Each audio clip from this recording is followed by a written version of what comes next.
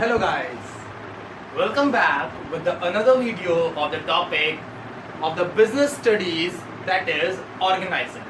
आज हम लोग बात करेंगे अपने बिजनेस स्टडीज बुक के नेक्स्ट चैप्टर के ऊपर, या फिर हम लोग ये कह सकते हैं कि आज हम लोग बात करेंगे हमारे जो फंक्शंस ऑफ मैनेजमेंट थे कि हमारे मैनेजमेंट के फंक्शंस क्या होते हैं, उन फंक्शंस के सेकेंड टॉपिक के ऊपर। जैसे कि हमारे फंक्शन ऑफ मैनेजमेंट में पढ़ा था कि हमारे planning, organising, staffing, controlling, directing, ये 5 तरह के हमारे मैनेजमेंट ऑफ फंक्शंस होते हैं। कौन कौन से होते हैं? Planning, organising, staffing, controlling and directing. आज हम लोग बात करेंगे उसी सेकंड फंक्शन के ऊपर, क्योंकि प्लानिंग हम लोग डिस्कस कर चुके हैं अपनी पीछे की क्लासेस में। आज हम लोग बात करेंगे हमारे सेकंड फंक्शंस के ऊपर, जो कि है हमारा ऑर्गेनाइजिंग। तो आज हम लोग समझेंगे पहले कि ऑर्गेनाइजिंग होती क्या है और इसकी क्या नीड है हमारी ऑर्गेनाइजेशन, मतलब हमारी ऑर्गेनाइजेशन में या डे टू डे लाइफ में या किसी फर्म में, कंपनी में, किसी इंस्टीट्यूशंस में या कहीं पे भी ऑर्गेनाइजिंग की नीड क्या है या उसकी इंपॉर्टेंस क्या है, मतलब ऑर्गेनाइजिंग क्या वैल्यू रखता है। तो सबसे पहले हम लोग समझते हैं कि हमारा जो ऑर्गेनाइजिंग है उसका कॉन्सेप्ट क्या है। तो चलिए आज से स्टार्ट करते हैं, आज की क्लास स्टार्ट करते हैं, जो कि हमारी ऑर्गेनाइजिंग। ऑर्गेनाइजिंग का कॉन्सेप्ट क्या है? Identifying and grouping different activities in the organizing and bringing together।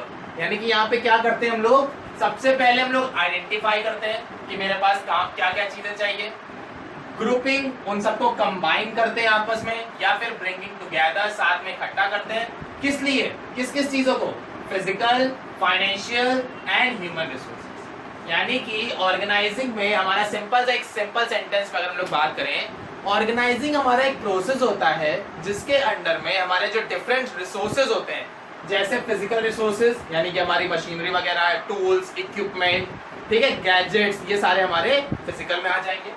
Financial यानी कि पैसा हमारा, कि हमारे पास कितनी कैपिटल है, कितना पैसा है जिसको हम अपने बिजनेस में इन्वेस्ट कर सकते हैं। And human resources. Human resources का मतलब हो गया कि हमारे यहाँ कितना वर्कफोर्स काम कर रहा है, यानी कि लेबर्स।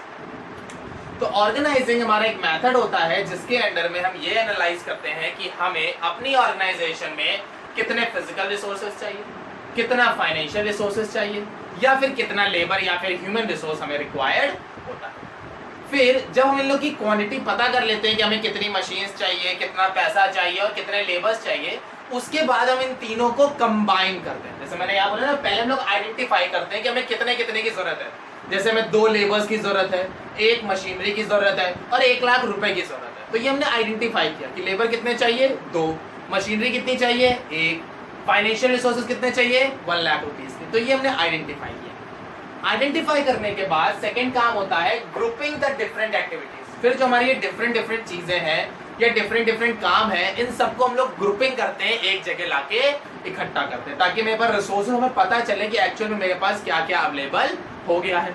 तो यहाँ पे क्या क्या चीजें हैं? पहले हमने क्या किया, अपना फिजिकल, फाइनेंशियल और ह्यूमन रिसोर्सेज को आइडेंटिफाई किया कि हमें रिक्वायरमेंट किस चीज की है। रिक्वायरमेंट पता करने के बाद हमने उनकी ग्रुपिंग करी, मतलब उनको एक जगह जाके हमने इकट्ठा किया। And after that to establish most productive relation. और इन सबको हम लोग एक जगह इकट्ठा क्यों करते हैं?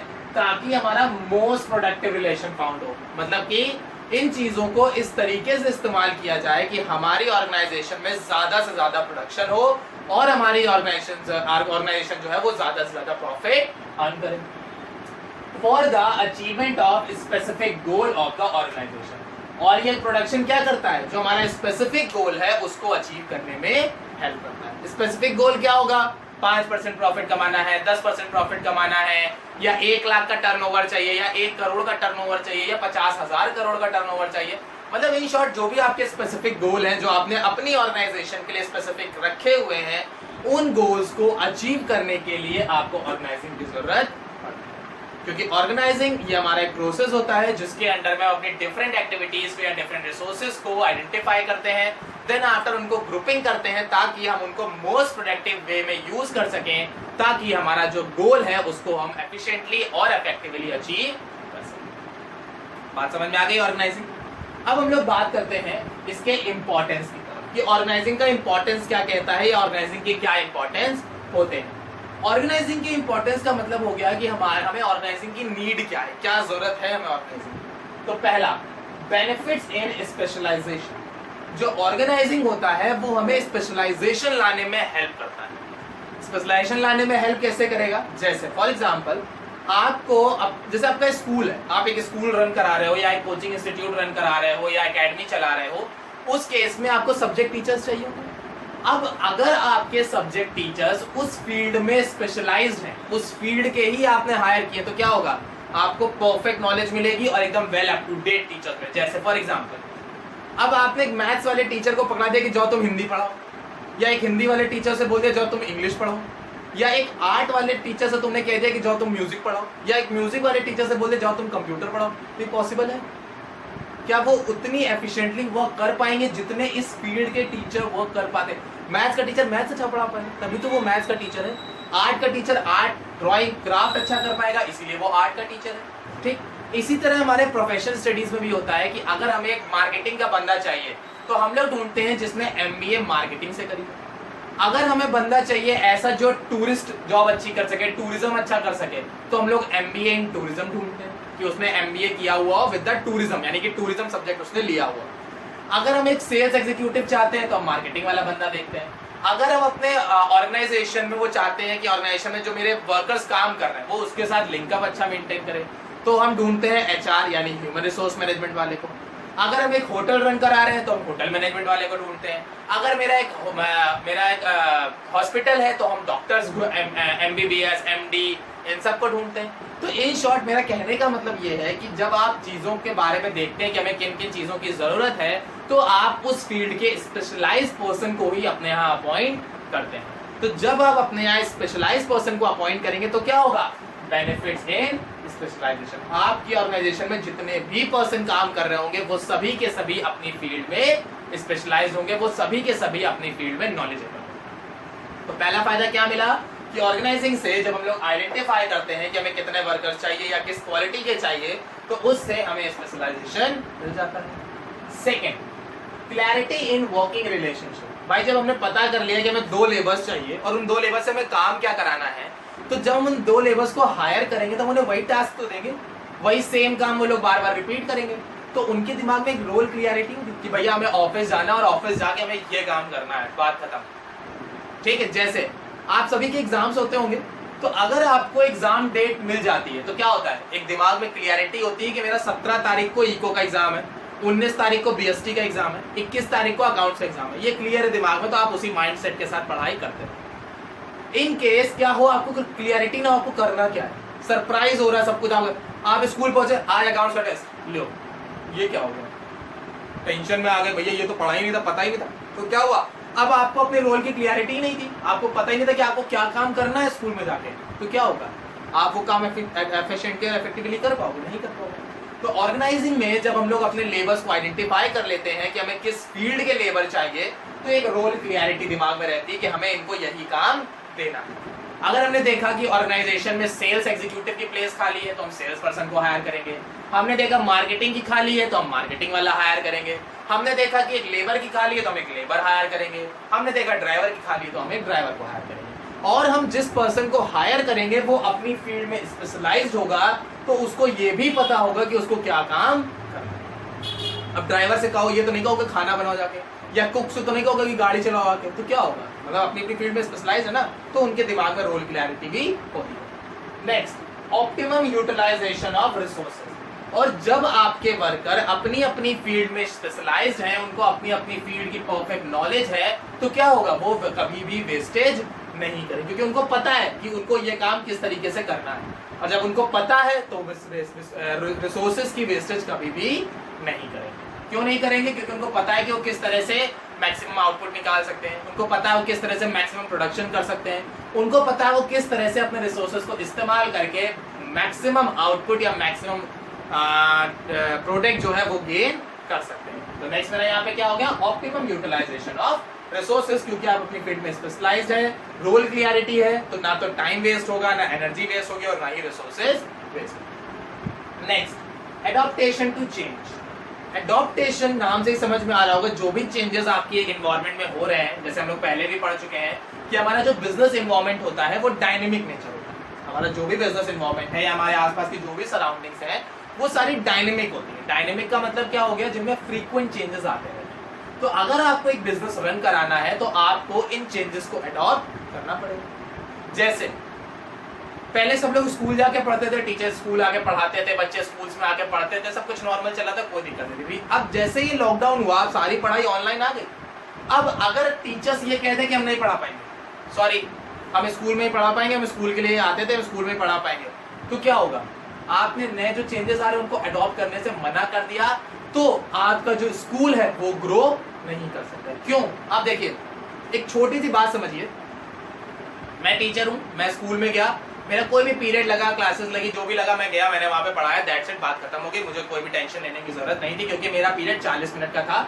जो भी पूछना था बच्चों ने 40 मिनट में पूछा, and after that everything is finished. ठीक, बट अब जब ऑनलाइन क्लास आ गई है, ऑनलाइन सेशन हो गए, तो क्या होता है? आप पहले क्लास लोगे, ठीक, तो उस क्लास के लिए पहले आप अपने आप को प्रिपेयर करोगे कि भैया अगर आप जूम पे ले रहे हो, गूगल मीट पे ले रहे हो, या किसी ऑनलाइन प्लेटफॉर्म पे ले रहे हो, तो पहले वो डाउनलोड करो, उसमें आईडी बनाओ, बच्चों को बोलो डाउनलोड करें, आईडी बनाए, देन आप उसमें ज्वाइन करोगे। अगर आप यूट्यूबर हो मेरी तरह, जैसे आप यूट्यूब पे वीडियोस बना के शेयर कर रहे हो, तो उसमें क्या होगा? आपको यूट्यूब के लिए पहले आपको वीडियोस प्रिपेयर करनी पड़ेगी, एडिटिंग करनी पड़ेगी, देन आफ्टर आप बच्चों को प्रोवाइड करा सकते हो। तो कहाँ पहले क्या था? सिर्फ बुक लेके पहुंचे और पढ़ा दिया। अब क्या है? पहले पूरी प्रिपरेशन करो। उसके बाद भी पहले क्या होता था? सिर्फ 40 मिनट का वो पीरियड है, उसमें बच्चों ने जो पूछा, उसके बाद आपकी चीजें खत्म हो गई। बट अब बच्चा आपको 24/7 कॉल कर सकता है और आप 24/7 उसके लिए अवेलेबल हो। हम लोग 24/7 आज के टाइम के बच्चों के लिए अवेलेबल है कि वो किसी भी टाइम हमें कॉल करके कोई भी क्वेरी अपनी क्लियर कर सकते हैं। तो वो क्यों? क्योंकि अब हमारे मार्केट में ये चेंजेस आ रहे हैं। अब हमारा जो एजुकेशन सिस्टम है वो नेक्स्ट लेवल पे जा रहा है, जिसमें टाइम बाउंडेशन खत्म हो चुकी है कि अब आपके लिए वो 40 मिनट का पीरियड नहीं है, अब आपके लिए वो 24 आवर्स की क्लासेस हैं। आप कभी भी कुछ भी, कोई भी डाउट कभी भी क्लियर कर सकते हो। तो ये चीजें क्या हुई? आपने यहाँ पे चेंजेस को अडॉप्ट किया। वही अगर कोई अडॉप्ट करने से मना कर दे कि भैया हम नहीं पढ़ा पाएंगे, हम तो क्लास में पढ़ाएंगे, बच्चों को बुला पाओ तो बुलाओ, नहीं तो हम नहीं पढ़ा पाएंगे, तो उससे क्या होगा?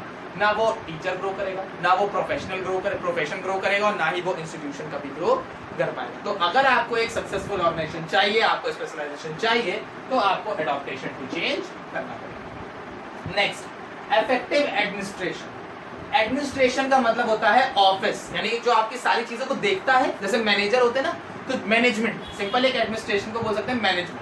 तो इफेक्टिव मैनेजमेंट का मतलब यहाँ पे हो गया कि जब आप एक ऑर्गेनाइजेशन रन करा रहे हो, तो उसमें सबसे जरूरी चीज होती है इफेक्टिव एडमिनिस्ट्रेशन, यानी आपका जो मैनेजमेंट स्टाफ हो, यानी जो आपका मैनेजमेंट हो या जो मैनेजर हो, वो इफेक्टिव हो, उसको कंप्लीट नॉलेज हो कि क्या चीजें किस तरह से होती हैं, उसका क्या क्या स्टेप होता है, क्या क्या प्रोसीजर होता है, वो सारी चीजें आपके दिमाग में माइंडसेट एकदम क्लियर हो। क्यों? क्योंकि अगर मैनेजर ही डाउट में होगा, उसे ही क्लियर नहीं होगा, तो वो अपने एम्प्लॉयज को भी सारी चीजें क्लियरिफाई नहीं कर पाएगा, तो सभी के मन में एक कंफ्यूजन बनी रहेगी और कभी भी काम कंप्लीट नहीं हो पाएगा। तो ऑर्गेनाइजिंग में ये मेरी ड्यूटी होती है कि जो भी मैनेजर है वो इफेक्टिव नेचर का हो, प्लस वो हमेशा उसके पास हर चीज का सॉल्यूशन अवेलेबल हो। अब जैसे बच्चे हैं, आप लोग हैं, आप हम टीचर्स के पास है, सर ये डाउट है बता दीजिए, बेटा ये तो अच्छा एक काम करना, कल बताएंगे। क्यों? क्योंकि खुद को ही नहीं आता। अब अगले दिन आए, सर आपने डाउट नहीं बताया, अच्छा अरे एक काम करना, भूल गए, टाइम नहीं मिला, कल बता देंगे। तो बच्चा 2-3 दिन आएगा, उसका क्या कह रहे हैं, इनको खुद नहीं आता है, क्या करेंगे ये बताएंगे, इनको आता ही नहीं होगा। या ये भी हो सकता है आपके पास रियलिटी में टाइम नहीं था तो आप नहीं बता पाए, तो बच्चा क्या कहेगा, अरे छोड़ो इनके पास नहीं जाएंगे, बताते ही नहीं हमको कोई डाउट। तो इससे क्या हुआ? अब यहाँ पे क्या हुआ, आपका जो एडमिनिस्ट्रेशन था, यानी आपका जो मैनेजमेंट था, वो इफेक्टिव नहीं रह गया है। इफेक्टिव कब होगा? बच्चा आया, सर ये डाउट, अच्छा ये, अरे ये लो आंसर, तुरंत आंसर लीजिए, बात खत्म। तो क्या होगा? बच्चा भी कहेगा, अरे ये डाउट है, चलो सर के पास चलो, सर के पास चलो, मैम के पास चलो, तुरंत क्लियर हो जाएगा। तो यही चीज आपके ऑर्गेनाइजेशन में होती है कि अगर आपका एम्प्लॉयर या आपका मैनेजर हमेशा अपने एम्प्लॉयज को गाइड कर रहा है, उनके प्रॉब्लम सॉल्व कर रहा है, उनको ग्रोथ दे रहा है, तो आपका जो एडमिनिस्ट्रेशन होगा वो हमेशा इफेक्टिव होगा।